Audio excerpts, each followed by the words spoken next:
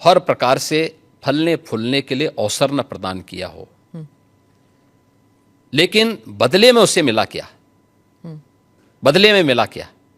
और दुनिया के अंदर कोई उदाहरण नहीं, कोई उदाहरण नहीं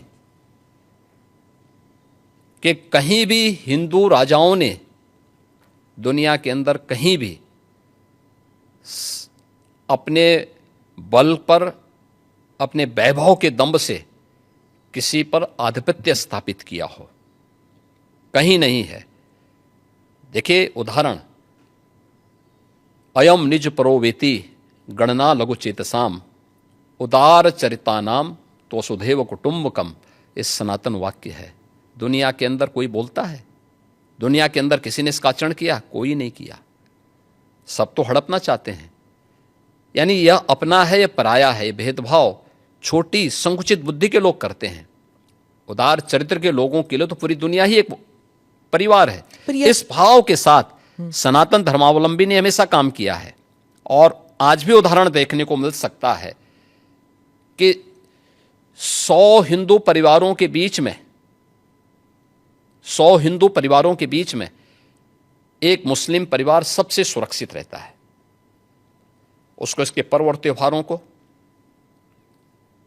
उसको अपने सभी मजहबी कर्मों को करने के लिए, या जिस मत और मजहब या संप्रदाय या सेक्ट का अनुयायी होगा उसको उस परंपरा के अनुसार अपने सारे धार्मिक मान्यताओं या उपासना विधि को पूरी स्वतंत्रता होती है। लेकिन मैं कहता हूं 100 परिवारों के बीच में, एक हिंदू की बात तो दूर करिए, 100 मुस्लिम परिवारों के बीच में 50 हिंदू सुरक्षित रह सकता है क्या? नहीं रह सकता। अब बांग्लादेश आपके सामने उदाहरण है, इससे पहले पाकिस्तान उदाहरण था, अफगानिस्तान में क्या हुआ था। ये चीजें दिखाती हैं और होशियारी यही है कि कहीं धुआं उड़ रहा हो या किसी को ठोकर लग रही हो तो हमें ठोकर लगे इससे पहले हम संभल जाएं। तो वही संभलने के लिए बोला जाता है। हम तो सबके बीच सबको समान भाव से देख रहे हैं। उत्तर प्रदेश में मुसलमान सबसे ज्यादा सुरक्षित है, सबसे ज्यादा सुरक्षित है। अगर हिंदू सुरक्षित है तो वह भी सुरक्षित है। अगर दंगे यहां यूपी में होते थे जो 2017 के पहले, अगर हिंदू की दुकान जलती थी तो मुसलमान की भी जलती थी, हिंदू का घर जलता था तो मुसलमान की भी जलती थी। और 17 के बाद से दंगे बंद हुए। अगर हिंदू सुरक्षित है तो मुसलमान भी सुरक्षित है।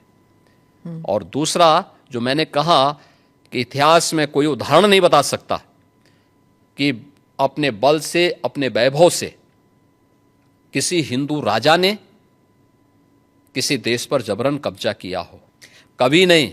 इतिहास इसका उदाहरण है, आप उठा के देख सकते हैं। भगवान राम लंका में गए और लंका में रावण पर विजय प्राप्त करके लक्ष्मण को वहां के वैभव को देख के थोड़ा मोहित हुए। भगवान राम ने कहा नहीं लक्ष्मण, उन्होंने उनको एक ही बात कही। और मुझे लगता है कि आज की पीढ़ी के लिए बहुत प्रेरणादायी है जो उन्होंने उस समय कही थी। लक्ष्मण जी को जो प्रेरणा, जो निर्देश भगवान राम दे रहे हैं लंका के बारे में, अपि स्वर्णमयी लंका नमे लक्ष्मण रोचते जननी जन्म भूमिस्य स्वर्गादपि गरीयसी, कि लक्ष्मण लंका भले ही सोने की क्यों न हो, लेकिन याद रखना ये मुझे रुचिकर नहीं लगती, मेरी रुचि का नहीं है। मेरा काम था माता सीता को दुरात्मा रावण से मुक्त करना, वो मैंने कर लिया है।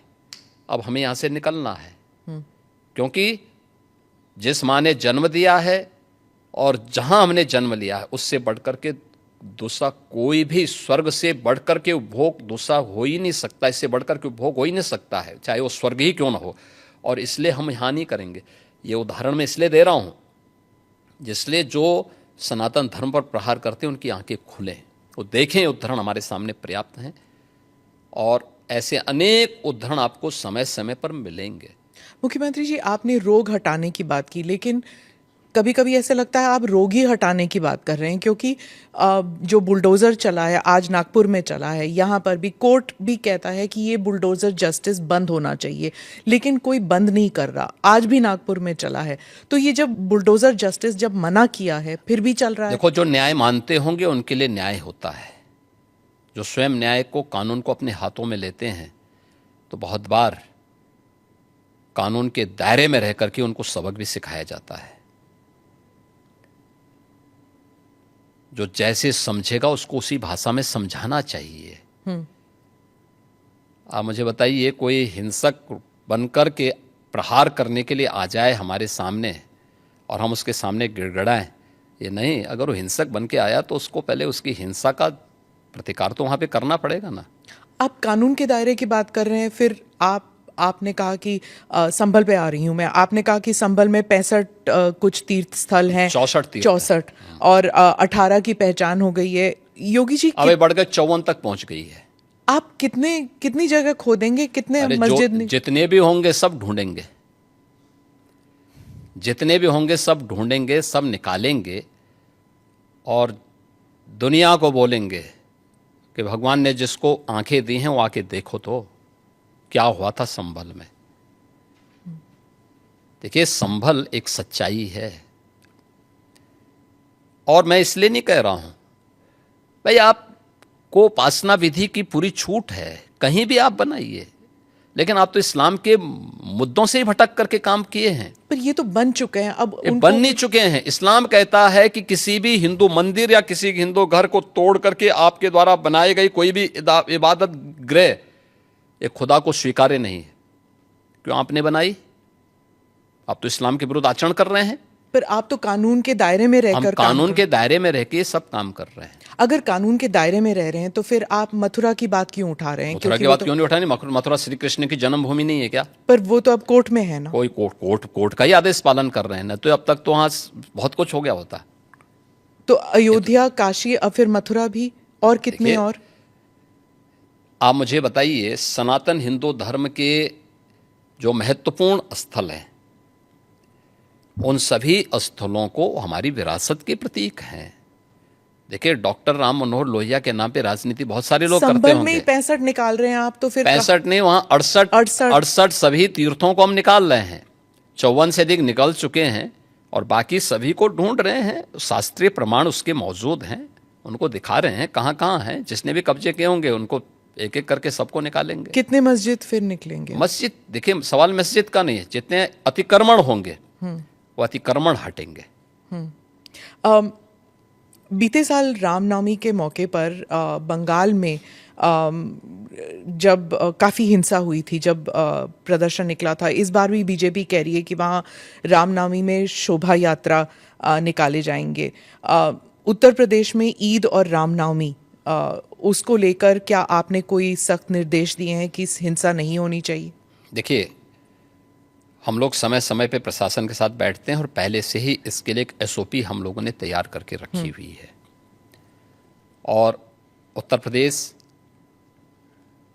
पहला राज्य है जिसने माननीय उच्चतम न्यायालय के ही निर्देशानुसार धर्मस्थलों के माइक को, जो उसके परिसर के बाहर आवाज़ आती थी, उसको कंट्रोल कर किया है या उसको उतारा है, कंट्रोल किया है इस संवाद के माध्यम से। आप मुझे बताइए कि उत्तर प्रदेश जैसे राज्य में अगर हम कर सकते हैं तो बंगाल में क्यों नहीं हो सकता? यहाँ पर होली पर भी मस्जिद के ऊपर टापलिन चला गया था। देखिए, अब रंग खेल रहे हैं तो हो सकता गया, तो उससे कोई अस्तित्व खराब तो नहीं हुआ किसी का। आप मुझे बताइए, पहले तो कभी नहीं हुआ था। ऐसा नहीं है। आप मुझे बताइए, मुहर्रम में जुलूस निकलते हैं, क्या उनका झंडे की छाया मंदिर के आसपास या किसी हिंदू घर के ऊपर नहीं पड़ती है क्या? क्या उससे हिंदू घर अपवित्र हो जाता है क्या? ये सख्त निर्देश हैं कि भाई जिसको रंग से परहेज है उस पर मत डालना, लेकिन फिर भी पड़ गया है और प्रशासन उसको साफ करके फिर से नगाई पुताई कर दे रहा है। ये कौन सी बात है? क्या रंग बिरंगे कपड़े पहनते नहीं? हिंदू से ज्यादा रंग बिरंगे तो मुसलमान ही पहनता कपड़ा, तो फिर रंग से परहेज क्यों? यानी तो दोहरा आचरण है। तो क्या रंग बिरंगी कपड़े पहने, लेकिन अगर रंग पड़ जाए तो हाय तौबा मचाते हैं। ये नहीं हो सकता है, ये दोहरा आचरण क्यों मचाते हो जी? अरे गले मिलो। बहुत सारे मुसलमानों ने रंग में होली खेली है। शाहजहांपुर में तो नवाब साहब की पूरी झांकी निकलती, शोभा यात्रा ही निकलती वहां पे। तो हमने महाकुंभ के दौरान भी देखा था कि कई मुसलमान आए थे। तो क्या दिक्कत है? हाँ, अच्छी बात थी। अगर कोई अपने को भारतीय मानता है, कुंभ तो सभी भारतीयों का है और आना चाहिए कुंभ में। मैंने तो कहा था जो भारतीय बनकर के आएगा, श्रद्धा भाव के साथ आएगा, उसका स्वागत है। महाकुंभ लेकिन पे- अगर कोई किसी नकारात्मक मानसिकता के साथ आता है तो स्वीकार्य नहीं। जी, महाकुंभ में करोड़ों लोग आए थे। आपने जो फाइनल नंबर्स जिस पर हुआ था, टैली हुआ था, इस नंबर की आपने पुष्टि कैसे की कि कितने आए थे? देखिए, यहाँ पे महाकुंभ के दौरान एक हम लोगों ने सीसीटीवी कैमरे लगाए थे। हम लोगों ने एआई टूल के माध्यम से हेड काउंटिंग की व्यवस्था की थी और ये भी उसमें हम लोगों ने व्यवस्था की थी कि एक व्यक्ति का चेहरा दूसरी बार काउंट न हो। 24 आवर्स में कोई व्यक्ति हो सकता है 2 बार 3 बार, क्योंकि बहुत सारे लोग जो आए थे, बहुत सारे लोग ऐसे 2-2 3-3 बार 24 घंटे में स्नान कर रहे थे। लेकिन काउंट एक बार हो। फेस रिकॉग्निशन की व्यवस्था भी उसमें की गई थी, हेड काउंट करने की व्यवस्था की गई थी और उसको काउंटिंग करके फिर हर 24 घंटे के बाद हम उसके रिजल्ट को सामने, हर दूसरे घंटे में वो रिजल्ट सामने आता था। टोटल फिर 24 घंटे में करके वो फाइनल उसका वो बनता था, डाटा तैयार होता था। और बाकायदा उसके लिए हम लोगों ने एक वहाँ पे एक इंटीग्रेटेड सेंटर तैयार किया था जहाँ के माध्यम से इन सभी चीज़ों की मॉनिटरिंग होती थी। तो ये सभी काउंट उसी के माध्यम से हम लोग वहाँ कर रहे हैं। तो कितने नंबर हुए फाइनली? 66 करोड़ 30 लाख से अधिक श्रद्धालु वहाँ इन 45 दिनों में आके स्नान किया है। और ये इंटरनेशनली भी बहुत बड़ी न्यूज़ स्टोरी बन गई थी, क्योंकि यूरोप अगर पूरा मिला दिया जाए फिर भी इतने लोग नहीं हैं जितने कुंभ के लिए आए कुंभ के थे। बारे में और कुंभ की विराट स्वरूप के बारे में वही बोल सकता है जो कुंभ में गया होगा। जी जी। बाकी लोगों के लिए यह अविश्वसनीय लगेगा। जैसे महाभारत युद्ध के दौरान भगवान को अपना विराट स्वरूप दिखाया भगवान ने, तो उस विराट स्वरूप को 3 ही लोग देख पाए थे। अर्जुन देख पाए थे, संजय देख पाए थे और भगवान वेदव्यास देख पाए थे। तो ये 3 तो भगवान के स्वरूप को पहचान गए थे और संजय ने इसीलिए धृतराष्ट्र को कहा कि देखो, याद करना, भगवान के स्वरूप को देखने के बाद मैं कह सकता हूं कि जहां श्री कृष्ण है विजय वहीं होनी है, क्योंकि वहीं धर्म है, वहीं सत्य है।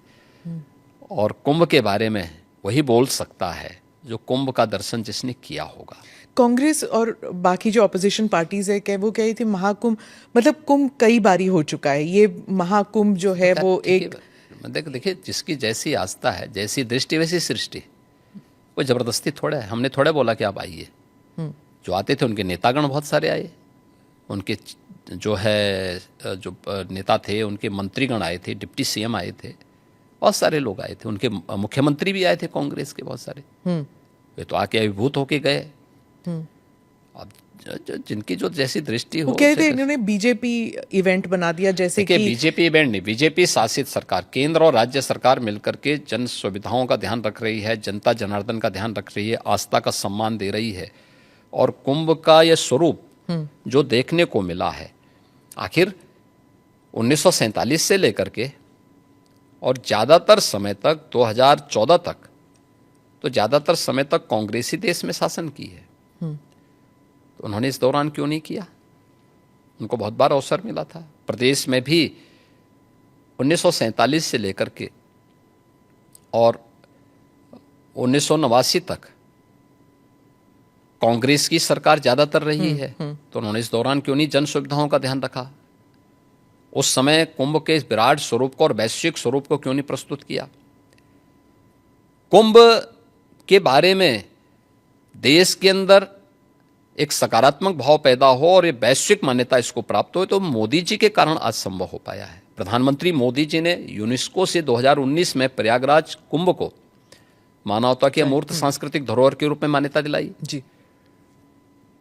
दुनिया के सभी मिशन को प्रयागराज में आमंत्रित करने की कार्रवाई को आगे बढ़ाया। दुनिया के देशों के प्रवासी भारतीयों को कुंभ के आयोजन के साथ जोड़ने का काम किया।